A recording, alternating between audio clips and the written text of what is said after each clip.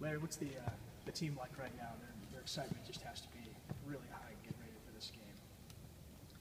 Well, a little frazzled. You know, we got class, so you know, we're waiting for them to get out of class to go practice. But I would hope they're excited. You know, they've done an unbelievable job getting to this point, giving ourselves a chance to, you know, get in the NCAA and represent SMU. It's been a while. And, you know, after last year, you know, I think it's even more significant. But I would hope they'd be excited. Nick just said that he expects there to be obviously some nerves when they take the floor the first time because this has been built up to this point. What do you tell them to try and how to handle it with the intensity and all of that for the moment for that first game? I wouldn't think they're human if they weren't nervous or excited. You know, I know I'll be. You know, it's a little different for me. I've been lucky enough to be there a number of times. I'm coaching, you know, against a school that means a lot to me. You know, I had an unbelievable experience at UCLA and, you know, love the place and love what it stands for. But I want them just to enjoy it. I think all the coaches, we've talked about it. You know, it's a great accomplishment, but, you know, we just start a new chapter. We got to respect who we're playing, and if we do that and do our best, we'll be fine. What were your initial thoughts when you saw you were matched up against UCLA? Not the same when I saw you wearing an Ohio State shirt. I kind of chuckled.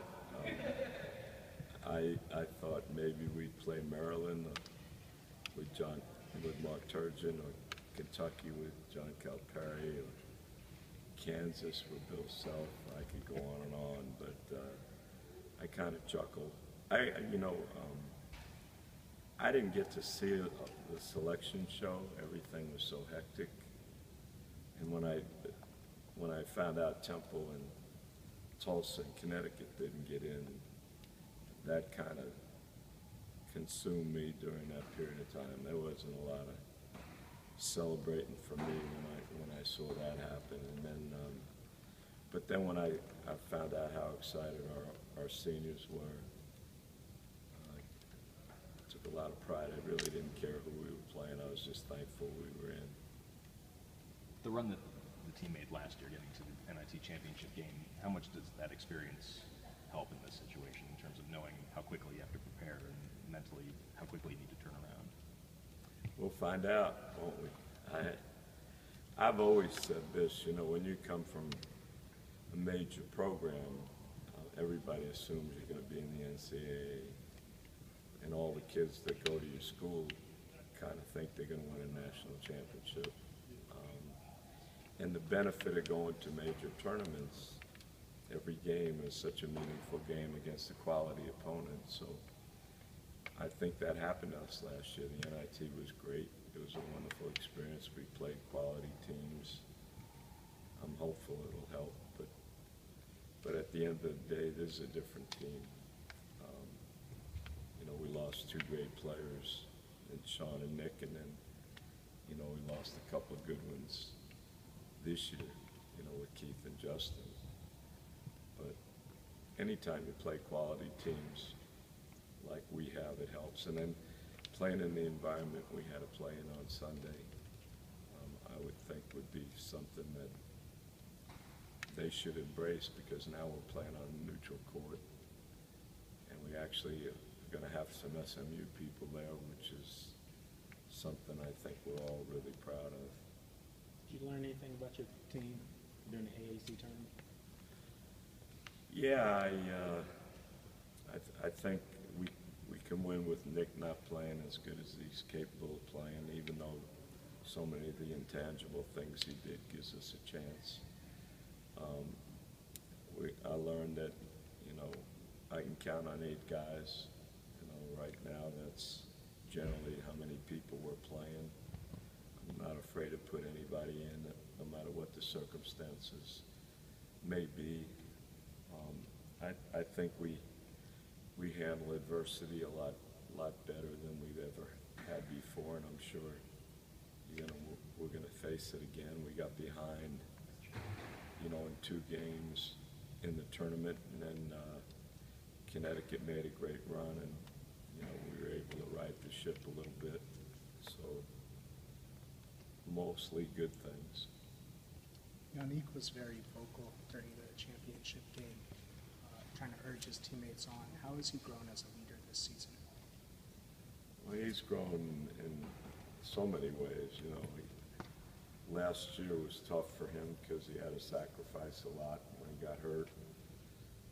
He didn't get to play as much as he probably deserved, but never complained, and came back with an unbelievable attitude. He doesn't usually lead by, talking much, but the example he sets every day in every drill, every practice, every game is, to me, his biggest contribution, because nobody works harder or cares more. When you look at UCLA, they average, 77 points, and almost 70 come from 5 guys. When they rely so heavily on 5 guys, does that change your approach at all? It's a great hamburger place.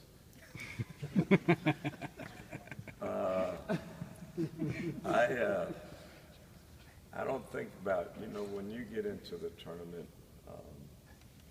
like we got into the conference tournament, and we got into the NIT and all the NCAA tournaments that I've been into, you can't reinvent yourself. You got to worry about how you play. You look at our team, we're not, without Keith now and Justin, we're not unbelievably deep. But when I look at their roster, there's 3 or 4 McDonald's All-Americans on that roster. And they got a great coach. I mean, he is really, really good. They got so much tradition. But I don't think we have enough time to worry about, UCLA. We got to focus on SMU and what we need to do. How much are teams giving Nick even more attention now than they were earlier? I think it's grown, obviously, in the conference. When you see our success and you know how much he's on the court and the responsibility we give him night in and night out, I think people have paid attention to that, but it's really shown that our inside people are really a factor. So, but he's learning. He's getting used to attention now. People overplaying him and changing matchups, and trying to keep him from catching the ball. And at first, I found out he was a little, discouraged, and I keep trying to tell him that to me is a sign of respect. And I hope he understands that, because that's what happens to great players. Any good coach is going to try to take away your best players. And fortunately for us, we've had other people step up. I never imagined, without having Keith and Justin, that Nick could go 3 for 14 back to back, and we could win 2 games against quality teams. But I think he's going to play his best moving forward. He played all but a few minutes in the conference tournament up in Connecticut. With the minutes he's playing, plus the physical attention he's getting from defenses, are you worried about him wearing out? Is there anything you can do to manage that at this time of year? No, with all these timeouts, and the length of the timeouts, heck, they play more in AAU ball. I don't think it's any big deal. Every time I took Allen Iverson out, he got mad at me, and we played 48-minute games. So, but I'd like to rest Nick more, and I think we'll try to figure that out. But games dictate how you use people, and we have some days off between our next game. We didn't do very much yesterday. enjoy that aspect of it, but that's just the way it is. Okay, we got time for one or two more, anything else?